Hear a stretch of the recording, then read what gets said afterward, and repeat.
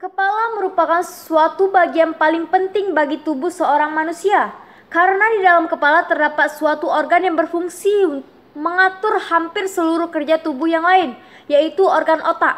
Di dalam kepala juga terdapat berbagai jaringan saraf yang saling berikatan dan terhubung dengan alat indera kita.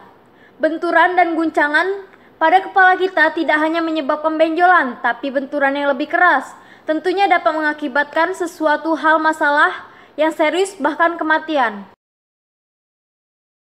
Assalamualaikum warahmatullahi wabarakatuh. Kembali lagi bersama saya Mila Anggraini, mahasiswi dari Stikes Mitra Adiguna Palembang, program studi D3 Keperawatan semester 4. Ya, mungkin kalian bertanya-tanya di awal video saya sudah menjelaskan tentang kepala. Kali ini saya akan menjelaskan tentang cedera kepala berat atau trauma kepala berat. Apa sih cedera kepala berat? Ya, cedera kepala berat adalah istilah medis untuk mengkategorikan kondisi yang parah pada cedera kepala. Tingkat kesadaran seorang dinilai dengan memberikan skor melalui panduan dari Glasgow Coma Scale atau bisa sering disebut GCS ya. Dengan nilai terendah 3 dan nilai tertinggi 15, seseorang dikatakan mengalami cedera kepala berat bila memiliki nilai GCS 8 ke bawah. Penilaian kesadaran berdasarkan GCS dilihat dari seberapa mudah penderita membuka mata, gerakan fisik yang dilakukan penderita, dan isi pembicaraan dari penderita. Cedera kepala sendiri merupakan perlukaan pada kepala yang mengakibatkan terganggunya fungsi otak akibat pukulan atau sentakan keras ke kepala. Cedera kepala juga dapat disebabkan oleh adanya objek tertentu seperti peluru yang menekan jaringan otak. Kondisi cedera kepala harus segera mendapatkan penanganan medis, terutama cedera kepala berat karena dapat menyebabkan pendarahan, robeknya jaringan, atau bahkan kematian. Ya, pasti kalian bertanya-tanya, apa sih penyebab dari cedera kepala berat?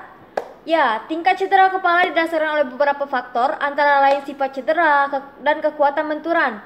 Beberapa kejadian umum yang menyebabkan cedera kepala berat meliputi jatuh, cedera saat olahraga, kecelakaan lalu lintas, ataupun kekerasan fisik. Lalu apa saja gejala dari cedera kepala berat? Ya, cedera kepala berat memiliki beragam gejala yang mempengaruhi fisik maupun psikologi penderitanya. Gejala-gejala tersebut antara lain sulit berbicara, kejang, keluar darah atau cairan bening dari hidung dan telinga, muntah terus-menerus dan menyembur, kehilangan kesadaran, amnesia, dan memar dan bengkak di sekitar kedua mata atau di sekitar telinga. Gangguan pada panca indera seperti kehilangan pendengaran atau mengalami penglihatan ganda. Sedangkan pada anak-anak sendiri, gejala yang timbul adalah perubahan pola makan atau menyusui, rewel, murung, hilang ketertarikan pada aktivitas atau mainan favorit, sulit berhenti menangis, kehilangan fokus, tampak mengantuk, dan kejang. Untuk diagnosis sendiri, umumnya biasanya menggunakan Glasgow Coma Scale atau GCS untuk mengidentifikasi tingkat keparahan cedera kepala. Nilai skala dimulai dari angka 3 hingga 15 dan ditentukan berdasarkan 3 kategori, yaitu respon verbal, pergerakan fisik, dan juga kemudahan buka mata. Setiap nilai dalam kategori pemeriksaan dijumlahkan hingga menghasilkan total nilai. Berdasarkan total nilai ini, cedera kepala diklarifikasikan menjadi 3, yaitu cedera kepala ringan, cedera kepala sedang, dan cedera kepala berat. Berapa sih nilai GCS untuk cedera kepala berat? Ya, nilai GCS-nya sendiri adalah nilai 8 ke bawah. Dan selain GCS, kita bisa menggunakan CT scan untuk mendapatkan gambar tulang yang patah secara cepat dan mendeteksi kemungkinan pendarahan di otak, pembukuan darah, hematoma, jaringan otak yang memar, kontusio ya, atau pembekakan jaringan otak.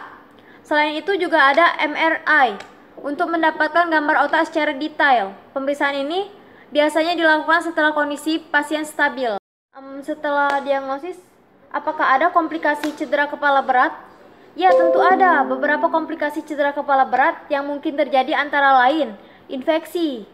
Resiko infeksi semakin tinggi jika terjadi patah tulang tengkorak akibat cedera kepala. Hal ini dikarenakan patah tulang tengkorak dapat merobek lapisan tipis pelindung otak. Jika ini terjadi, bakteri bisa masuk ke dalam luka dan menyebabkan infeksi.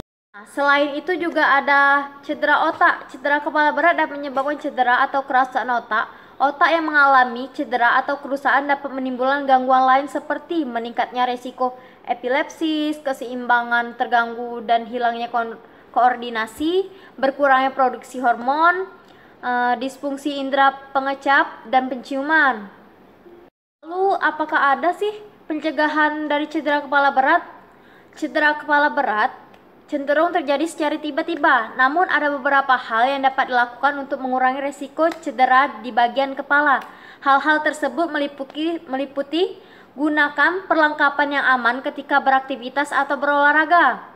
Lalu pastikan rumah terbebas dari benda berbahaya yang dapat menyebabkan jatuh seperti barang yang berserakan di lantai atau karpet yang licin.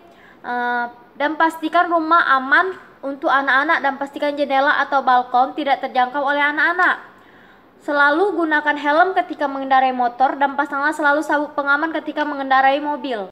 Bagaimana sih cara pengobatan penderita cedera kepala berat? Umumnya penderita kepala berat menjalani perawatan secara intensif di rumah sakit untuk menurunkan risiko komplikasi. Ada beberapa tahap pengobatan terhadap cedera kepala berat, meliputi 1. Penanganan awal.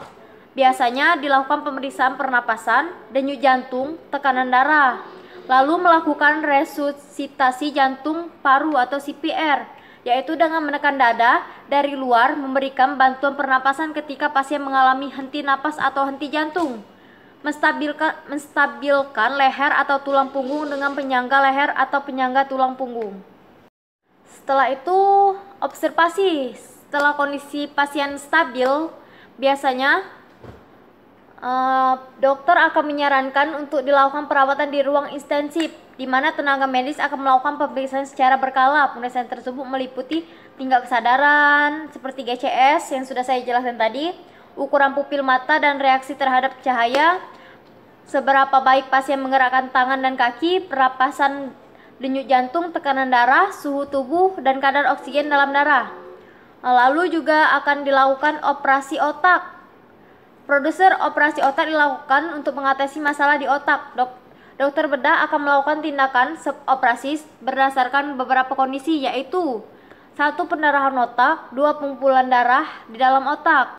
Setelah itu juga ada penanganan patah tulang tengkorak. Cedera kepala berat terkadang disertai dengan patah tulang tengkorak. Kondisi ini berbahaya karena dapat meningkatkan risiko infeksi bakteri dan meningkatkan tekanan pada otak. Dokter mungkin akan melakukan beberapa tindakan seperti 1. Memberikan antibiotik jika terjadi patah tulang terbuka untuk mencegah infeksi. 2. Melakukan tindakan operasi jika patah tulang menekan otak. Namun sebagian besar patah tulang tengkorak dapat pulih dengan sendirinya. Proses penyembuhan biasanya berlangsung sekitar 5-10 bulan. Ya, mungkin ini saja yang bisa saya sampaikan untuk penjelasan tentang cedera kepala berat. Saya minta maaf jika banyak tutur kata saya yang salah. Kepada Tuhan saya minta ampun. Saya akhiri, wabillahi taufik wal hidayah. Wassalamualaikum warahmatullahi wabarakatuh. Terima kasih. Kepala merupakan suatu bagian paling penting bagi tubuh seorang manusia karena di dalam kepala terdapat suatu organ yang berfungsi mengatur hampir seluruh kerja tubuh yang lain, yaitu organ otak. Di dalam kepala juga terdapat bagian-bagian saraf yang sering berada di